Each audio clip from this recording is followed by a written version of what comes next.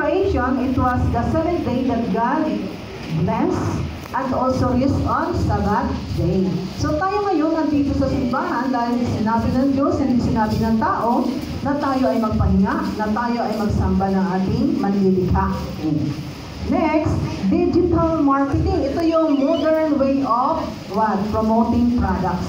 Pag sinabing digital, it refers to modern technology. Gumagamit sila ng Facebook. Nag-scroll ba kayo sa Facebook? Messenger. Ano makikita yun ng product sa Facebook? Mga pampaganda, ano? Mga pampaganda. Gamitin mo to, 3 araw lang, puputi ka, gaganda ka, kikinis ako. Pero mga kaputi, natakot ako gumamit nun. Kasi siyempre, computer ang ginagamit eh. Pag-plus ngayon, automatic, bago mukha. Yung bag niya nasa. O, maniniwala ka kaya. Pero pag wala ka na lang sa technology, ay, ang dali ba na, baka 3 araw, bago na ako, maging angel na itsura ko. Huwag mga kapatid ha, ano muna kayo magtanong-tanong kung totoo ba yan na original ang ginagamit nila. Okay.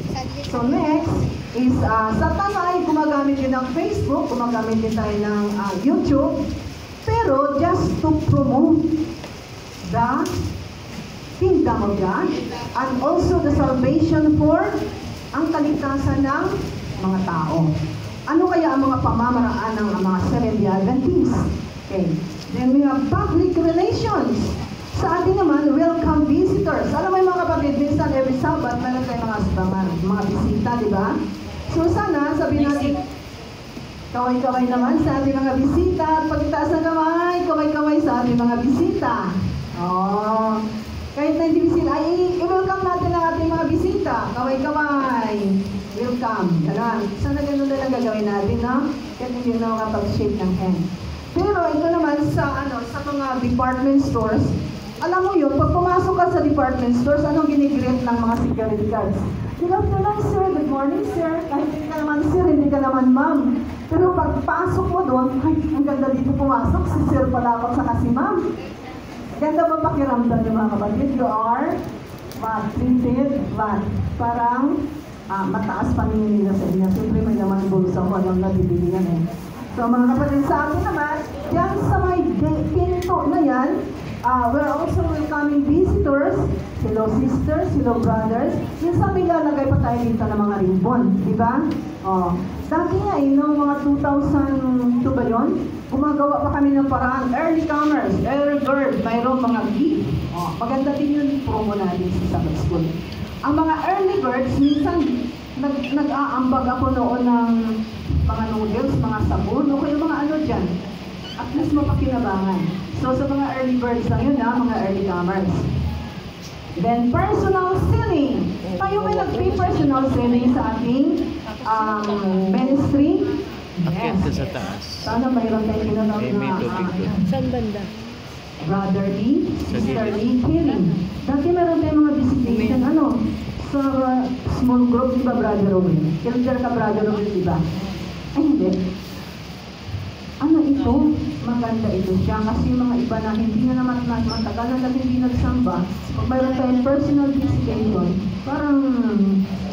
parang nabago ang kanilang buhay. At sila ay sabihin na ay, buti naman may bumibisita dito. Ang ganda pala dito ng Adventist na nagpayo, nagbibisita, kahit na matigas pang puso na parang nahiya pumunta ng church. Pero mga kapatid, alamin natin na ito ay ginawa ni Jesus Christ na binibisita niya rin noon ang mga kapatid. Siya yung nagbigay ng pamatang So then, sa personal selling, yun house to house tayo. Kasi hindi, mga promo, kasalanan ko. sino nakatanggap na mag-promo ng shampoo, ano pa ba yung mga ganun? Dapat hindi mo na sinabi. Di ba naka-house to house sila? Hindi, Libre na ngayon eh. We're also doing in the ministry of Christ, libre din yun. Kasi alam mo yung mga kapatid, mas maganda pala yung libre. Kaysa yung doon sa may department mga supermarket, kasi pareho lang. pinipili na nila o kayo more commercialized. Kaya very effective pala yung mabango pa nga yung mga yung mga binibigay-bigay pa bahay-bahay eh. Kaya yung iba, mga sakin naman, lahat na pamilya, pila kayo doon, mga anak, papilahin doon, para bigyan ng libre. So, ito naman, sana ganun din pila kayo doon, pila para makinig kayo sa salita ng Diyos, pero wala yata nun eh. At least we have may mga flyers tayo na pinamigay. Then, general advertising. O kaya promo sale. Wow. Ito yung maganda sa mga department store o kaya supermarkets. Alam mo doon sa UEA, parang weekly, monthly, may mga promo sale sila.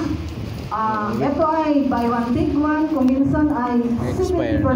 Grabe, tungo ka mga customer. Dating dito, expired na yung chocolate. Ito naman sa atin ay to ministry Jesus Christ in this one.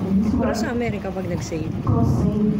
isang taon At pa tayo bago ba ay ma-expire. pumunta doon at saka yun ay 100%. Hindi katulad dito, 70%, araw na lang. 100% Buwan na doon. lang. Minsan nga, araw na lang. Sa Saudi, 6 months, ganun. Brother Ulit, bumabata siya. Kasi masipag yan, magaling yan na preacher. Next ay attracting customers via loyalty program o special offer and discounts. Doon nag-o-offer sila ng mga card. Ay, pag meron kayo nito, ma'am, sir, may 50% kayo na discount. Kaya mga tao bumibili ng cards para makalibre ng 50%. Sa atin naman, attracting people to inherit God's kingdom. And 100%. 100% na makapagmana ng kaharian ng Diyos. Okay. Next, you have ensure physical evidence, patented products, and durability and warranty. Alam mo, kinsa pa pumili ka ng appliances, tinitingnan pa yung mga spare parts, ay ito, original to. Made in, copyright from America to. Copyright from Japan. So mga kapatid, sinasabi nila sa customers na ito ay 100% na original. Okay. Bumili ka ng, ano ba yung mga original brand? Condura, Westinghouse, ano ba yun? Japan ba yun? Carrier. LG. Carrier. Samsung. Ang Samsung, ano ba yun? Parang China yata yung Samsung eh. Pero alam mo yung Sony, ang Sony kasi may copyright din sa China eh. Alam mo yung mga kapatid, yung ang Apple, yun talaga ang, iwan ko kung nakopya na yung China. Kasi ang mga minsan, ang may mga pera, ayaw nila yung mga mumurahin. Gusto nila yung mga patented o kaya original product. So sana tayo ay mamili din the original na brand. Ang brand natin, Adventist ba?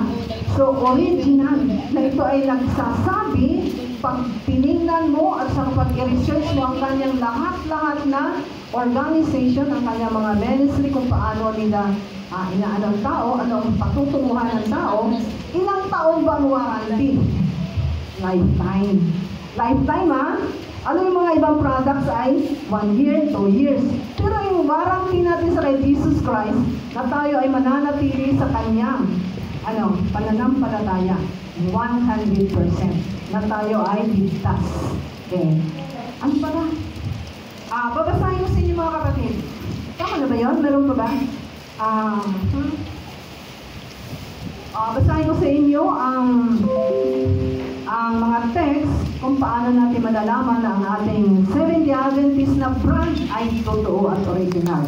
Sa John 14, o John 5:24, Verily, verily, I say unto you, he that heareth my word and believeth on him that sent me hath everlasting life, and shall not come into condemnation, but it is passed from death unto life.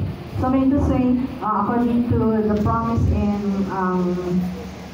sa Garden of Eden, na pag magkasala kayo, mamamatay. Pero dahil pinadala ng God of Father Jesus Christ, kaya yung plan of redemption at plan of salvation, pinalit na naman yung eternal life. Kung wala siguro si Jesus Christ, iwan ko lang. Wala ang plan of eternal life. Wala. Okay. So then, in John 14:1-3, ito yung promise of God na original. Okay. Then, let not your heart be troubled. You believe in God, believe also in me. In my Father's house are many mansions. If it were not so, I would have told you. I go to prepare a place for you. And if I go to prepare a place for you, I will come again and receive you unto myself, that where I am, there ye may be also. So sa John 14:6, Sabi ganon, Jesus said unto him, I am the way, the truth, and the life. No man cometh unto the Father but by me. Parang ito yung tawag dito ay yung